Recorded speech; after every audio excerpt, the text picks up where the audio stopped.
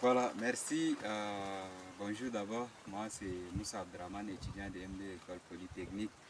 Voilà, là, nous sommes dans une parcelle qu'on a essayé maintenant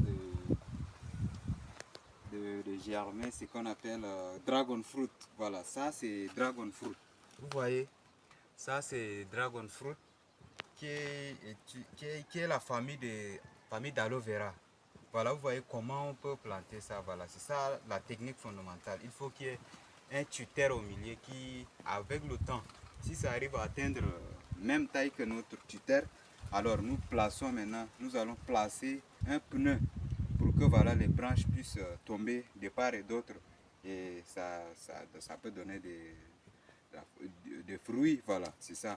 Donc, arrivé là, bon, dragon fruit, généralement, on ne laisse pas voilà, les branches assez comme ça. Si ça arrive à sortir des nœuds, voilà, il faut couper, laisser un seul bras. Voilà, un seul bras comme ça, voilà, ça peut s'étendre vite, rapidement aussi. Voilà, ça c'est dragon fruit, la famille d'aloe vera.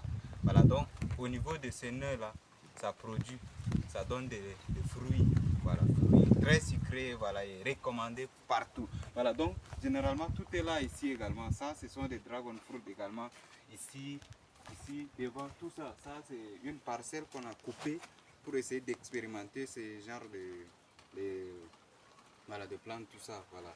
Dans la famille d'aloe vera, je reviens tout ça dessus parce que c'est très très important, voilà, de préciser sa famille comme ça. Sinon, ça grandit comme aloe vera bien sûr, mais lui donne des fruits. Voilà, c'est ce qu'il faut faire la différence entre dragon fruit. Voilà, son autre nom c'est aussi pitaya. On appelle ça pitaya également, vous voyez. Tout ça là-bas là, également, ce sont les mêmes démarches au fait. Voilà, les mêmes processus qu'on répète. Voilà, qu'on reprend, qu'on répète, c'est les mêmes choses. Voilà. Donc, voilà, les tuteurs qui sont là ont tous leurs tuteurs. Voilà. Donc, avec le temps, ça va produire, donner des fruits, tout ça. Voilà, donc, et ça, ce sont les bananiers aussi. Auprès d'eux, voilà, voici la technique fondamentale. C'est également la même chose comme plantation de bananes. Vous voyez, ce qui différencie la plantation de bananes et dragon fruit ici, parce que dragon fruit a un tuteur qui est au milieu. Mais la banane, maintenant, vous voyez, la banane a, la banane a un trou qui est au milieu. La banane a un trou qui est au milieu, vous voyez. C'est comme dragon fruit. Pour le dragon fruit, c'est le tuteur. Mais pour la banane, maintenant, c'est un trou. Voilà, c'est de là où on stocke toutes les matières, voilà, les matières organiques, tout ça qui peuvent alimenter, que les racines peuvent s'alimenter avec. Donc, c'est un peu ça, le système de la plantation des bananes aussi sont requis. Tout ça, voilà. Vous voyez, dragon fruit, voilà, banane, tout ça. Donc, c'est ça la technique recommandée pour les bananes. Vous voyez, de l'autre côté, là-bas aussi, là. Ici également, c'est pareil. C'est la même technique. On a un trou qui est au milieu. Tout, c'est pareil. Voilà, ça, c'est la technique fondamentale. Et de l'autre côté, vous voyez les bracaria, les gliricidia. Voilà, eux, on vous demande toujours de planter parce que ça fixe l'azote. Facilement, les bananes peuvent tirer des profits, ainsi que les dragon fruits aussi peuvent tirer des profits pour se développer rapidement. Voilà, parce que les glycidia fixent l'azote et ils amènent en même temps le sol également. Donc, c'est ça la beauté de la permaculture, en fait. Voilà, la permaculture regorge beaucoup de choses qui sont de part et d'autre il y a des principes également qu'il faut respecter, voilà, prendre en considération pour réussir ça, son champ, voilà, c'est ça au fait, voilà. Donc voilà, tout ça de l'autre côté aussi, ce sont les ça, voilà, de part et d'autre, ils ont entouré les dragon fruit. Parce que là, dans ce cas, ils fixent l'azote, eux ils tirent, ils fixent l'azote. Voilà, quand les glucides fixent l'azote, eux ils tirent pour s'en profiter et en même temps amender le sol. Voilà, donc c'est ça le système généralement pour la production en fait, pour réussir sa culture, la production.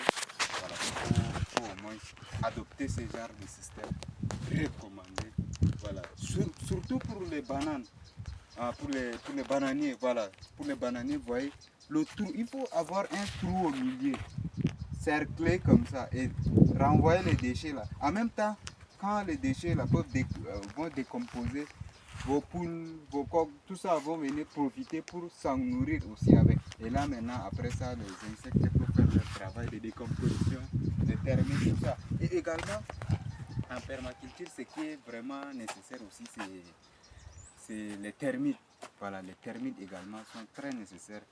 Eux aussi, il faut respecter les termites, voilà, et leur termitière. Voilà, pour maintenant, pour s'adapter Dragon Fruit à un milieu, il faut, en premier lieu, il faut, quand il y a déjà compost quelque part, il faut ramasser un peu, et maintenant ramasser un peu du termitière, mélanger en même temps, et également s'aimer avec, planter avec Dragon Fruit, même pour toutes les cultures, en fait, voilà, toutes les cultures. Pour la restauration des sols, généralement, il faut utiliser également les termitières pour restaurer le sol. Et voilà, les déchets, comme j'avais souligné, tout ça, ce sont des engrais bio qui peuvent facilement donner la capacité à un sol de produire. Au fait, c'est ça. Donc la permaculture regorge beaucoup de choses. Beaucoup de choses, des avantages. Voilà, tout ça. Donc, il y a assez de choses. Hein. Surtout les glycidia, là. Mettez l'accent sur ça. C'est un bon plan, une bonne plante qui fixe l'azote, qui amène le sol facilement. Grâce à l'autre glycidia, vous coupez seulement les branches, les feuilles. Vous faites par exemple, si c'est ça votre terrain, par exemple, votre terrain, vous prenez une partie et vous coupez les branches. Vous faites des trous, les lignes, soit les colonnes, des lignes en même temps. Et vous mettez les feuilles et les tiges, les feuilles et les tiges. Et enfin, vous ajoutez encore les déchets des animaux, les bœufs, tout ça hein, regroupe beaucoup de choses. Donc, après, vous enterrez, vous laissez durant 45 jours, voilà, vous commencez directement à planter, n'est pas labourer tout ça, défraîchir les mauvaises herbes, non. Directement vous labourez et vous verrez le résultat et vous allez dire en même temps que voilà, le processus de ces restaurations des sols est très efficace et très recommandé. Voilà, c'est très bon. Essayez et vous verrez le résultat. Au finish, vous verrez le résultat. Voilà, merci, je vous aime, je vous adore. Voilà, toujours c'est Moussa Abdraman, étudiant de M2 École Polytechnique. Merci. J'arrête.